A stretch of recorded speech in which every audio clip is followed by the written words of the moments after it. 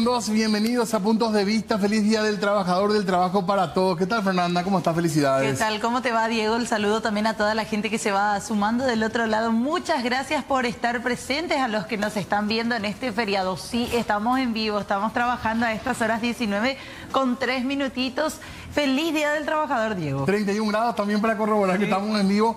Saludos muy grandes a toda la gente que está trabajando en estaciones de servicio, supermercados, gente que trabaja en seguridad, los guardias, en fin, realmente hay mucha gente que hoy trabajó el 9 de mayo, un día que, bueno, tiene la parte de festejo, pero también de reivindicaciones muy importantes a nivel país, porque todavía, lamentablemente, el trabajo en negro, el trabajo sin seguridad social sigue siendo un problema en números muy altos en Paraguay, también el desempleo. Es así, señor. Vamos a estar hablando de todo eso, vamos a estar hablando de la situación laboral, de la historia, por qué hoy estamos celebrando el Día del Trabajador, además también de otros temas que nos atañen en esta fecha con muchas novedades, lastimosamente, lo que tiene que ver con los casos sucesivos de violadores seriales, veíamos, o violador, por lo menos hay uno o más implicados, en este caso en la zona de Caaguazú, específicamente todo ese punto del país que se encuentra allí constantemente perturbado por esta situación, y principalmente las mujeres que hoy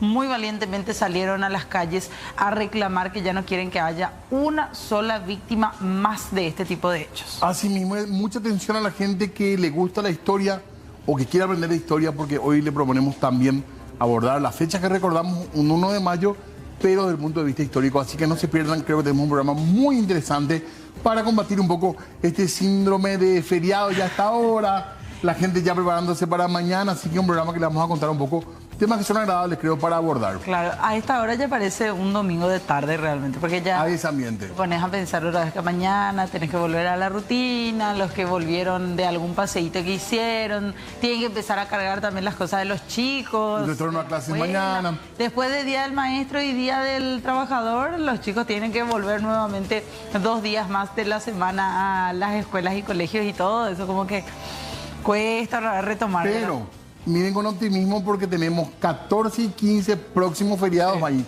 en breve. De vuelta un par de feriados para el común de la gente, así que a esperar eso.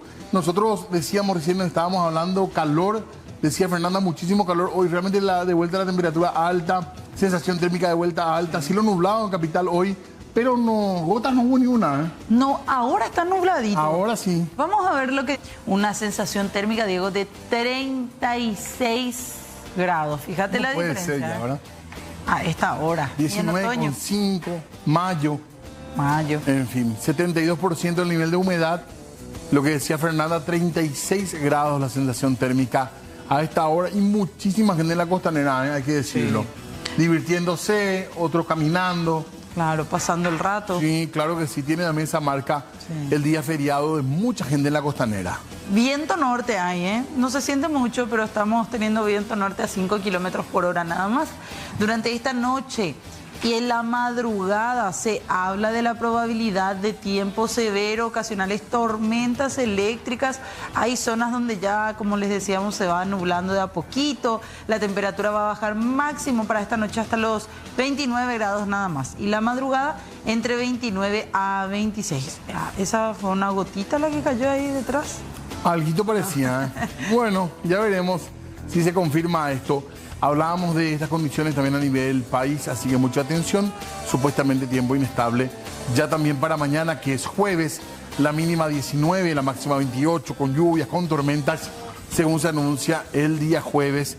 Reiteramos, mínima de 19 y máxima de 28 para mañana. Vamos a ver lo que va a pasar el viernes. 18 grados de mínima, 23 grados la máxima. También la probabilidad de tormentas eléctricas que persiste para el viernes. Y el día sábado, la mínima 18 y la máxima 24, con algunas precipitaciones también que se anuncian. El domingo, 20 de mínima, desciende un poco la temperatura en este caso, y 32 grados será la máxima. Incluso diría que estaría un poquito más fresquito el sábado en comparación al domingo, pero vamos a ver si finalmente esto se cumple o no.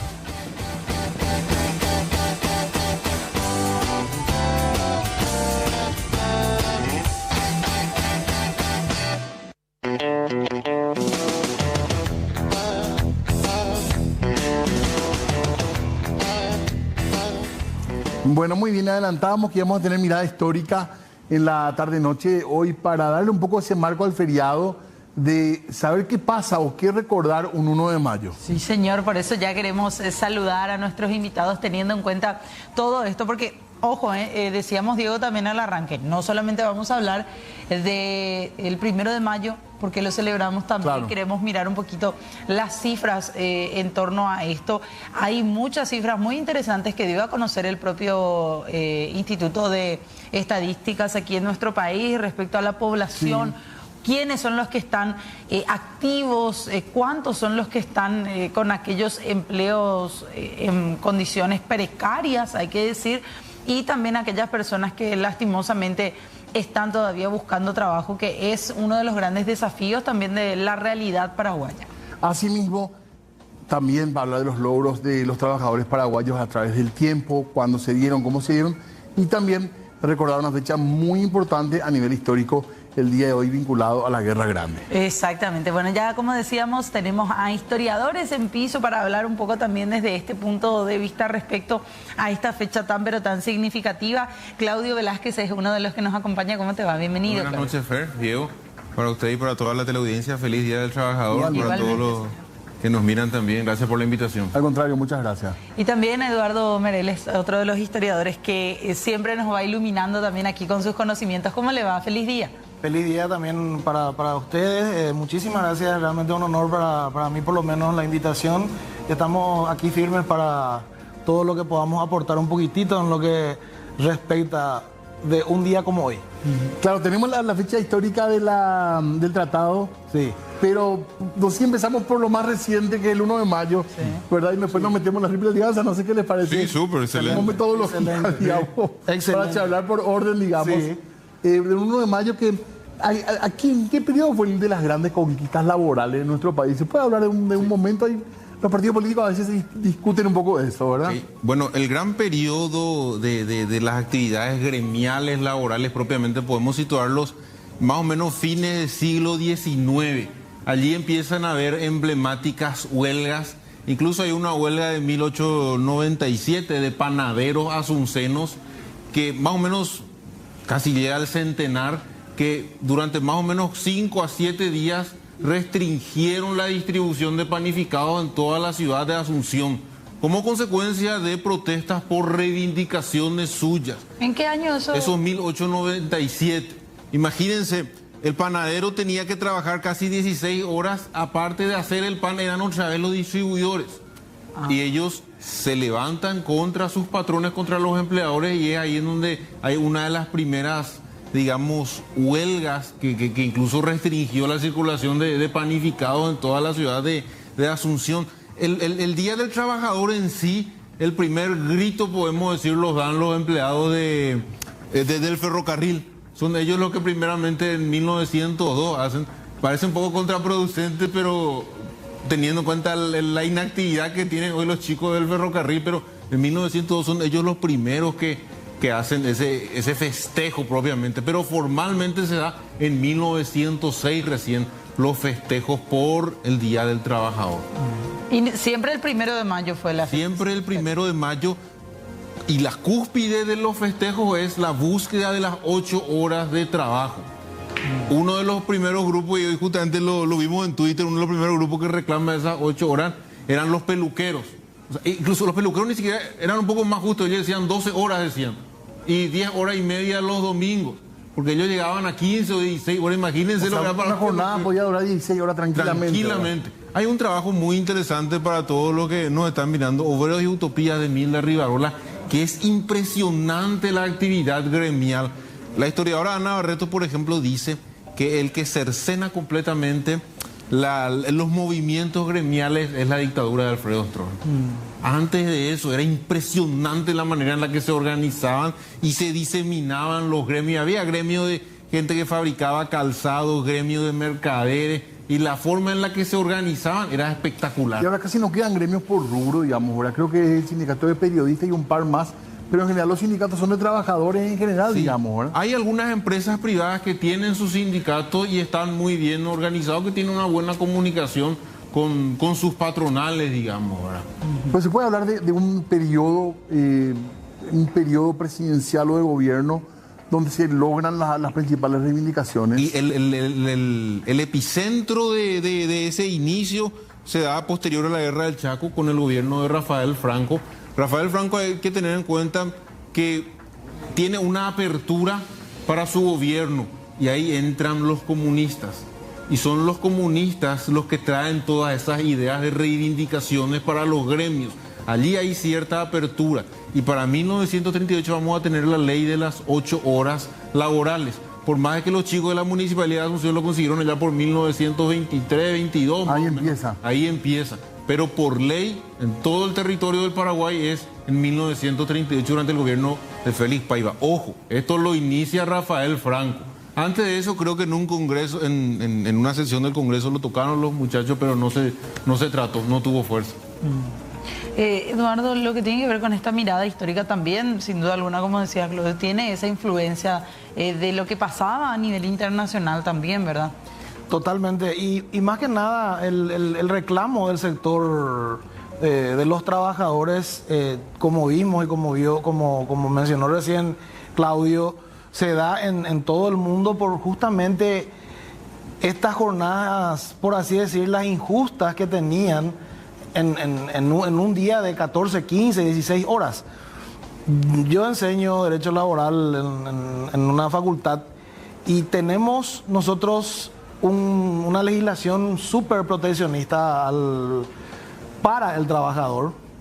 Vos sabés, Diego, que las leyes son hermosas, pero hasta hoy en día ese trabajo de 8 horas, hasta hoy en día no se da. Y de repente en los supermercados, suelo hablar eso con los alumnos, en los supermercados tienen la famosa jornada o el día cortado, que entran a las 5 y trabajan a las 10 y después empiezan a las 4 y llegan a su casa otra vez a las 8 de la noche. O sea, tenemos otra vez básicamente lo mismo. Por eso ves mucha gente fuera de los super haciendo horas porque tienen el famoso horario cortado que le llaman ellos. Y eso fue en todo el mundo y bueno, lastimosamente sigue siendo así. Se sigue peleando por los derechos de los trabajadores. Pero hoy, digamos, nuestras leyes laborales son, digamos, en general modernas, ya podemos decir, sí, en cuanto a reconocimiento de derechos y todo, ¿verdad? Sí. Incluso vacaciones, que en algunos países le cuesta muchísimo a los trabajadores. En Paraguay hay un derecho que ya no se discute, el de las vacaciones, por ejemplo. Claro, y ojo, antes de entrar en las 8 horas, la primera conquista a principios del siglo XX es la de los feriados, que no se trabaje los feriados. Y ojo, el que salió medio no ganando tanto ahí era el trabajador rural, que se le dio, vas a trabajar hasta el mediodía el feriado. A lo mejor no parece agarrado de los pelos hoy que se festeje que un feriado no se trabaje, pero en el caso de principios del siglo XX fue el primer logro, digamos, en ámbito laboral propiamente. ¿Y la situación del aguinaldo? ¿Cómo empieza a nivel histórico? Es de ese periodo también de Rafael Franco, pero hay cuestiones que ya venían conversándose en diferentes sesiones del Congreso. También la cuestión de la jubilación. Yo encontré en documentos del periodo de Rodríguez de Francia que a ciertos militares veteranos que prestaban mucho tiempo servicio en ciertos fuertes se le daba en carácter de jubilación un monto X. No era un pago que se le daba... No una mensualidad, digamos. Una mensualidad, pero sí ya se le daba un pago y un reconocimiento por ese tiempo que prestó servicios. El salario 13, como le llaman al aguinaldo, hasta hoy en día, también en muchos casos, a pesar de que en la propia legislación, en el Código del Trabajo, establece claramente que es inembargable, es lo primero que te embargan y lo primero que no te quieren pagar cuando tenés algún tipo de terminación del contrato de trabajo, del contrato laboral. No estoy haciendo ninguna crítica, mucho menos, sino que estoy hablando nomás en línea general, estoy hablando de nuestra realidad y estoy hablando de que esos derechos que se festejan hoy, ¿verdad? Con alegría para muchos por el feriado, son derechos que hasta hoy lastimosamente no se cumplen en muchas partes de todo el mundo. No voy a hablar yo solamente de Paraguay, ¿verdad? Aunque eso es lo que tenemos que hacer, ¿verdad? Para mejorar. Pero lo importante siempre es que por lo menos estamos, como mencionaste, Diego, con una legislación bastante actualizada, o por lo menos una legislación propia de los tiempos, que por supuesto está acorde con lo que dice la Constitución Nacional, que también tiene bien establecidos artículos que hablan sobre la protección de los derechos del trabajador. Ahora, en muchos gremios pasa que no hay mucha representación, ¿verdad?, para el trabajador. Y esa es la historia que estabas contando también, Claudio, que se fue desarticulando esa fuerza sindical porque comenzaba muy fuerte en Paraguay. Exactamente, y aparte, cuando inicia la dictadura se lo vinculaba mucho al sindicalista directamente con ese comunista que venía a disuadir y que ya era revoltoso. Automáticamente se lo liga con eso. Y otra cuestión muy importante que hay que mencionar también, durante el gobierno de Higinio Morínigo es que aparece lo que es la previsión social. Y es muy simpático porque al principio el propio trabajador era reacio, pero ¿por qué yo tengo que estar pagando tanto por ciento de mi salario? Los propios trabajadores del ferrocarril se opusieron y ellos dijeron no nos van a traer ninguna ley de previsión social, nosotros vamos a organizarnos y decir cómo hacemos. Y prácticamente fue un trabajo de varios meses de conversaciones y demás para que acepten finalmente un sistema de previsión social como el que tenemos hoy, ¿verdad? Por más que hasta hoy en día se discute su importancia y su alcance mismo. Claro, su nivel, su calidad, por sobre todo es lo que se cuestiona, ¿verdad? Me toca otra vez a mí hablar para decir la parte legal. Triste, o no sé si triste, legal o real, de lo que podemos considerar nosotros que por ley tenemos sin ninguna duda uno de los servicios, por lo menos, repito, establecidos por ley, que son buenos, que son están previstos, la ayuda al trabajador, pero que lastimosamente la patronal muchas veces no cumple con ese famoso descuento. Le descuenta solamente al trabajador, no paga eso a donde tiene que pagar y por supuesto él tampoco paga. Se va el trabajador a querer retirar un medicamento simple o a una consulta simple y ni siquiera están registrados, no están al día. Había sido. ¿Verdad? O cuando hablas de calidad de servicio, cuando querés consultar por una dolencia hoy, te citan de aquí a 4 meses.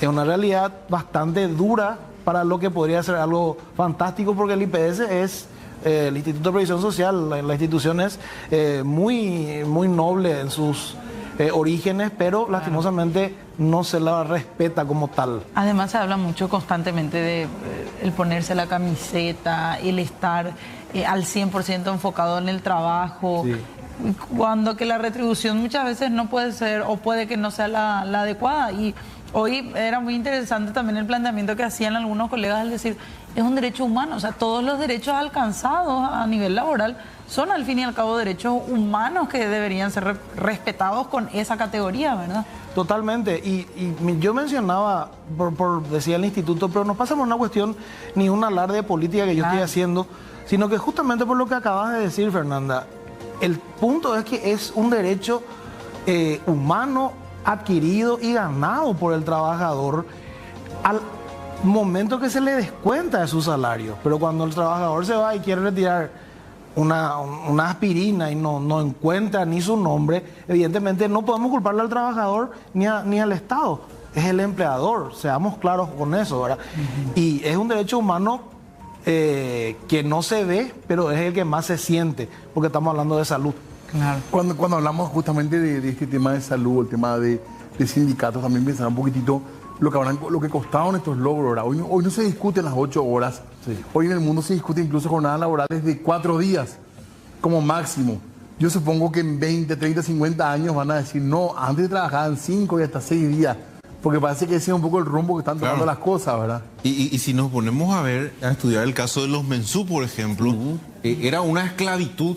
Cuando el propio Rafael Barret viene, investiga y se da cuenta de lo que era el trabajo de los mensú, se aterra. Eran sistemas de esclavitud en donde los propios hacendados le hacían gastar sus pagos al día siguiente en whiskerías y demás que había ahí en los alrededores, por decir nomás así, y automáticamente se endeudaba porque consumía alcohol en los alrededores, no tenía para sustentarse, entonces estaba hasta los almacenes, ¿verdad? Hasta los almacenes, y terminaba sometido a ese sistema de trabajar en los yerbales.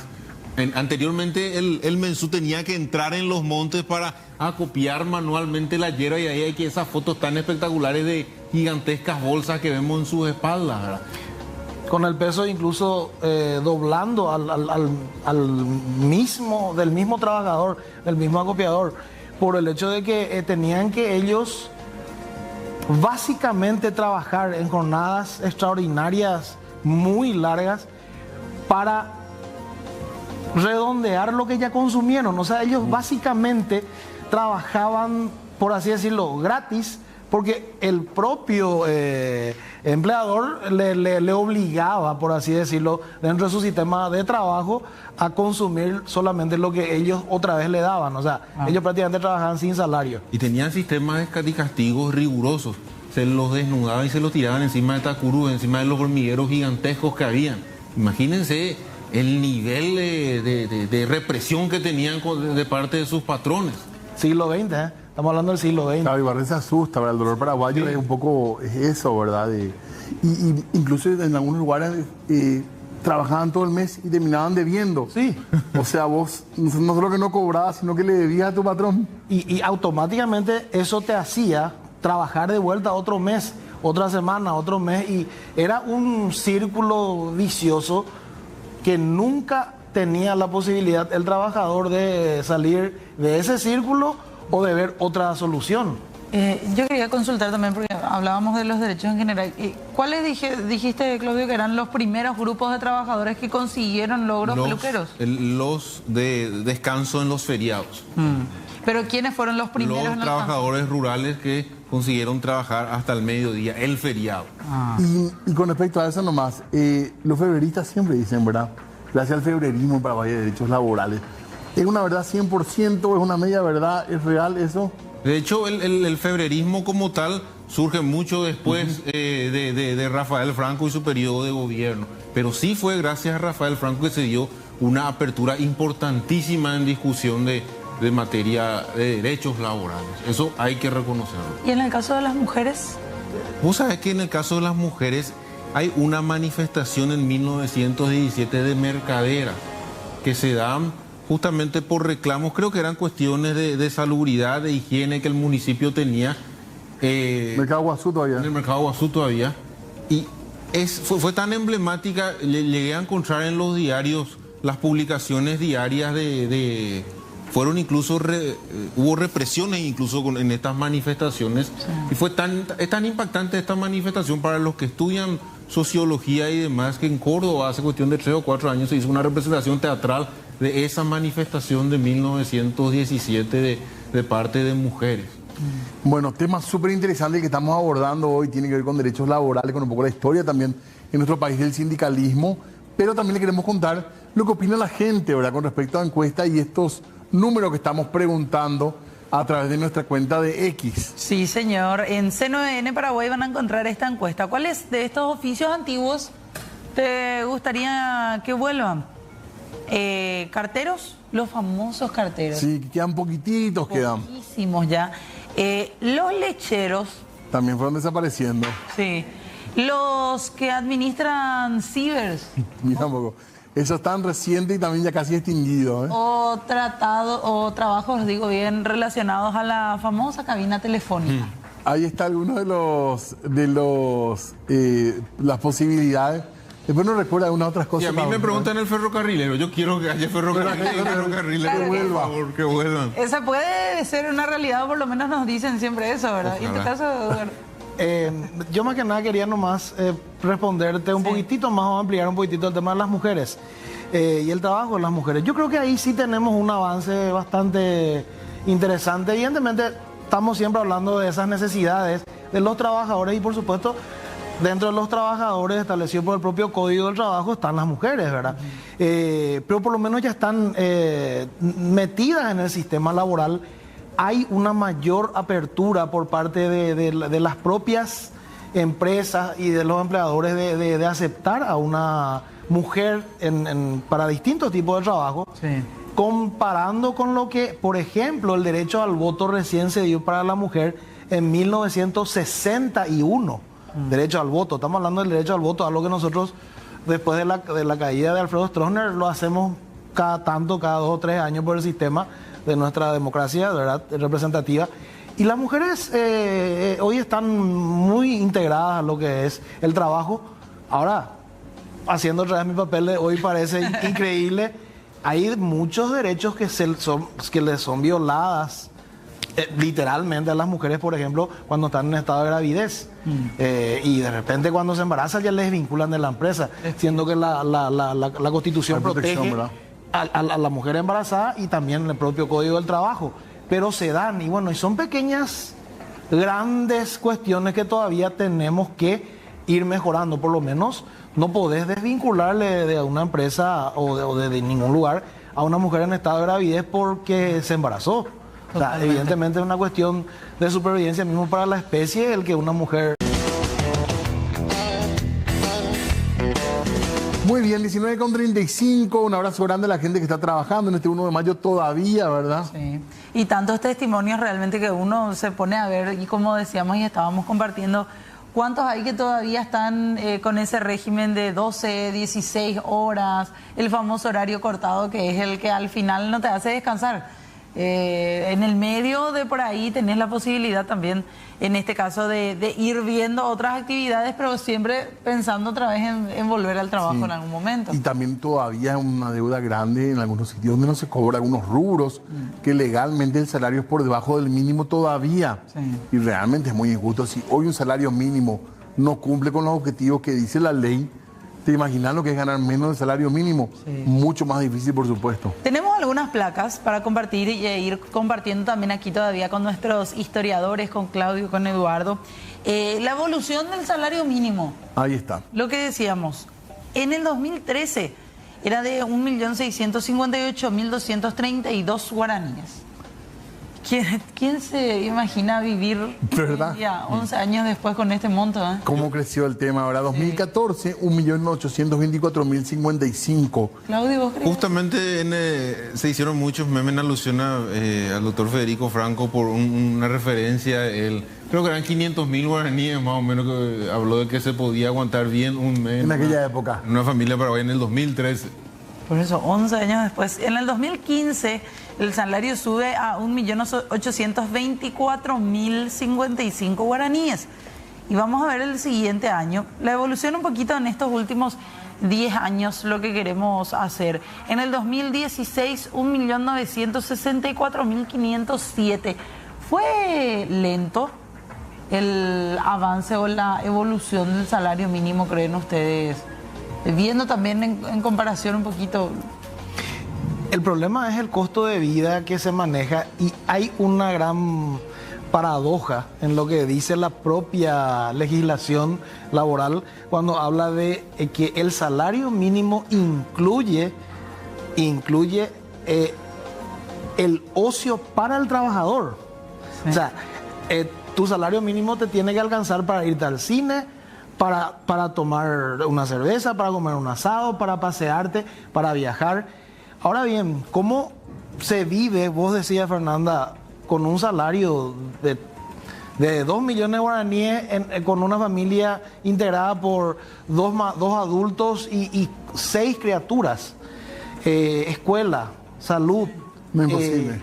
¿Cómo le sacas a todos ellos a hacer ocio, a hacer actividades de ocio? Y esto después entra a formar otra vez problemas de índole social, porque ahí viene el famoso concepto que no está bien y que la gente siempre dice, es mi extra, dice, ¿verdad? O sea, el propio sistema te hace a que vos le robes al patrón porque no te alcanza, no está bien.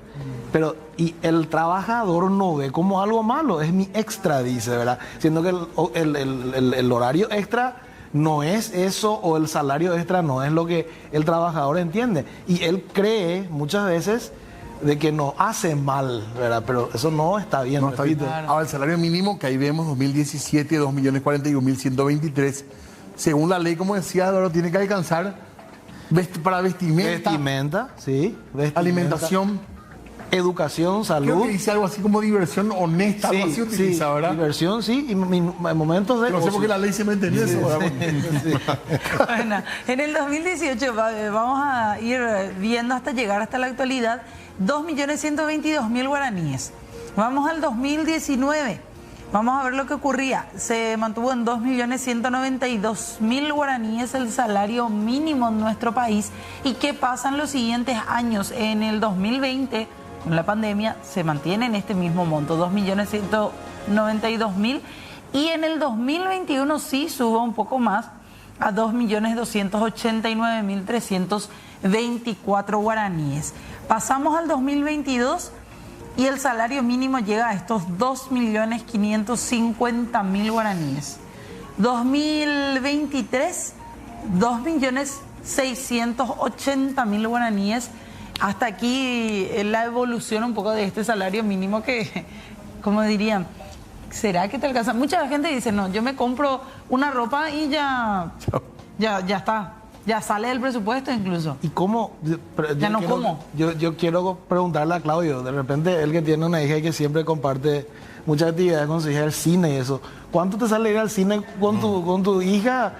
Es irrisorio, por el salario.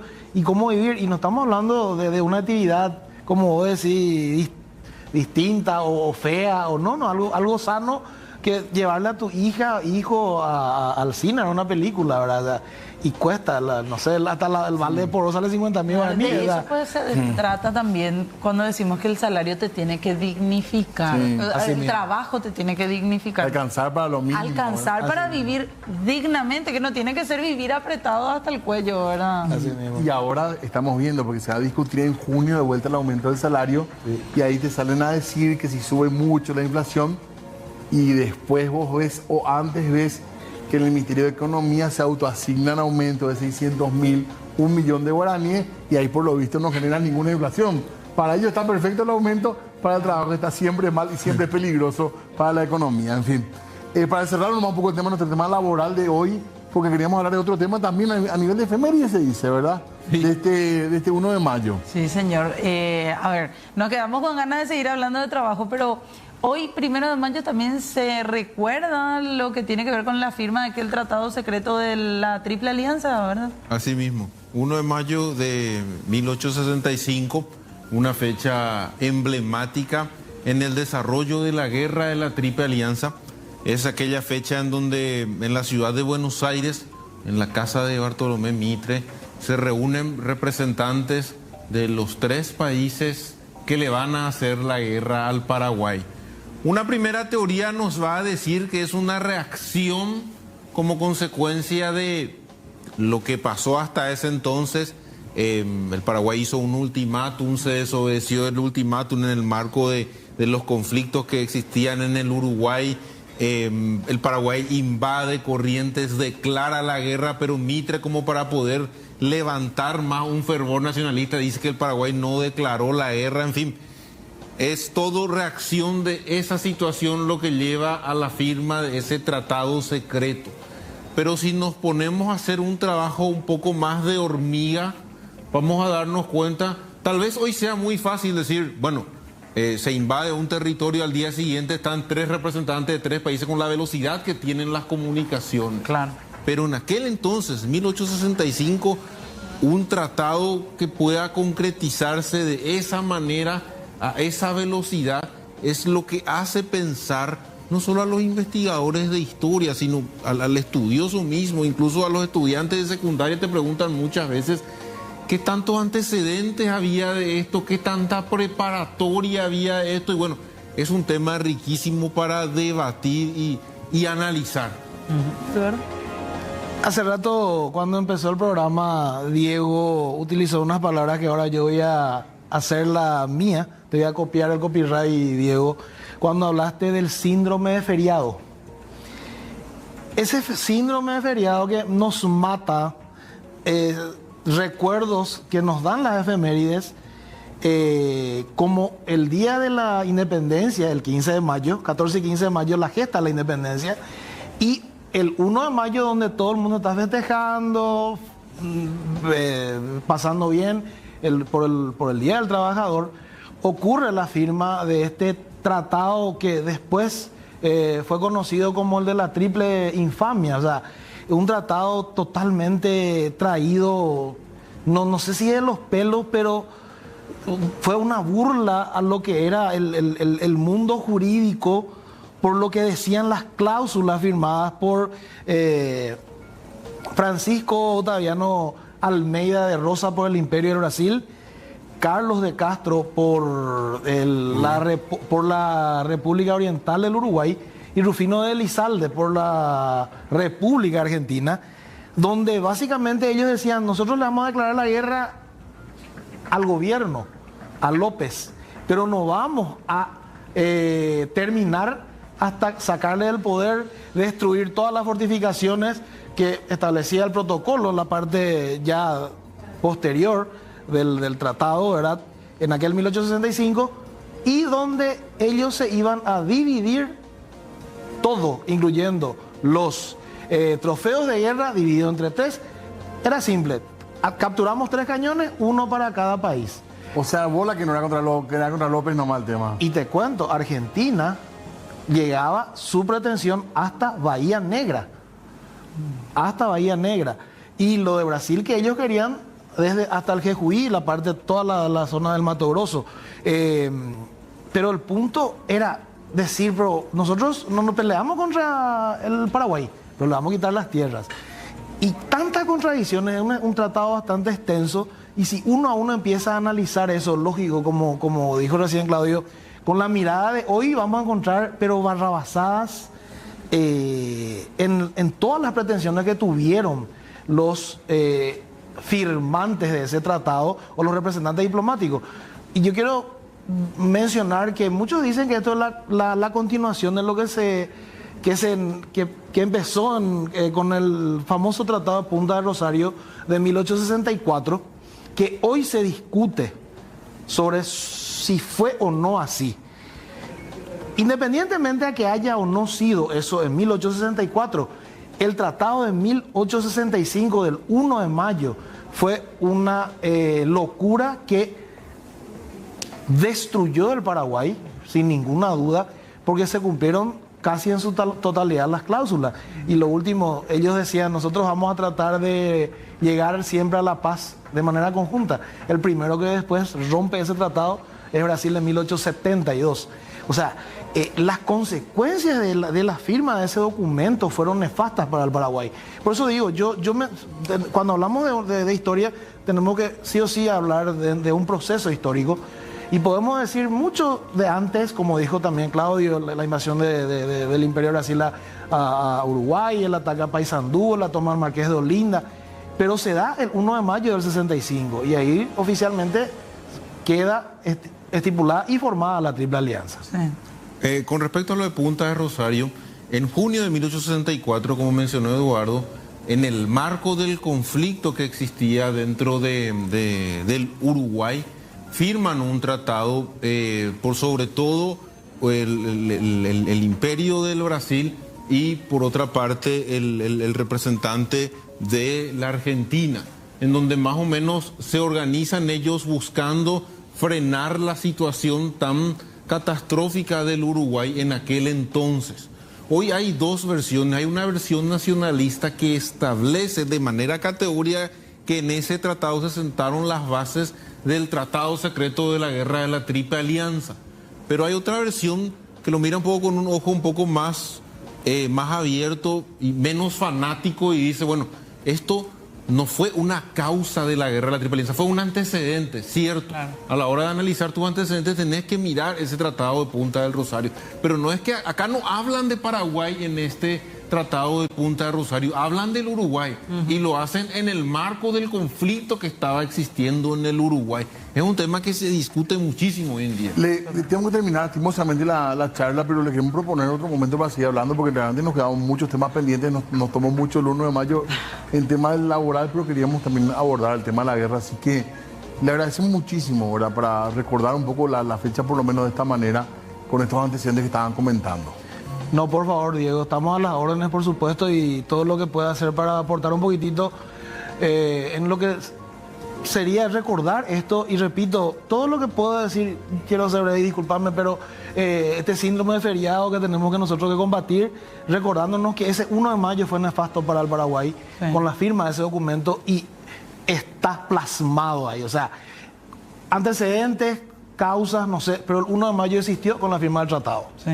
19 artículos y 4 de parte de un protocolo. Este tratado fue condenado por toda la región. Toribio Pacheco mismo, que hoy lleva una Alberti calle. también, ¿verdad? Alberti Alberti, también. sí. O sea, da para hablar muchísimo y seguir analizándolo. José Hernández también, el de Martín Fierro. Sí, también. sí, Martín Fierro. Sí, Eduardo Galeano. Ahí está. O sea, Bueno. realmente muchos. Se nos acabó el tiempo. Creo que le volvemos a convocar el Sí, 1 de urgente, mayo del urgente. 2025. Nos quedamos con las ganas. Sí. Bueno, gracias a ambos, realmente, gracias a la gente que se fue sumando. Tenemos que hacer breve pausa, enseguida volvemos. Sí, señor, ya nos vamos despidiendo. Muchas felicidades nuevamente para todos ustedes, para los trabajadores, las amas de casa que también se quedan a trabajar en sus hogares y que son el sostén de aquellos que salen a las calles a laburar. También el saludo a todos aquellos que están buscando trabajo, ojalá que lo consigan, y a todo el equipo de la información que se viene en segunditos. Ya mismo arrancan. Feliz Día del Trabajador y del Obrero para todos. Chao, chao.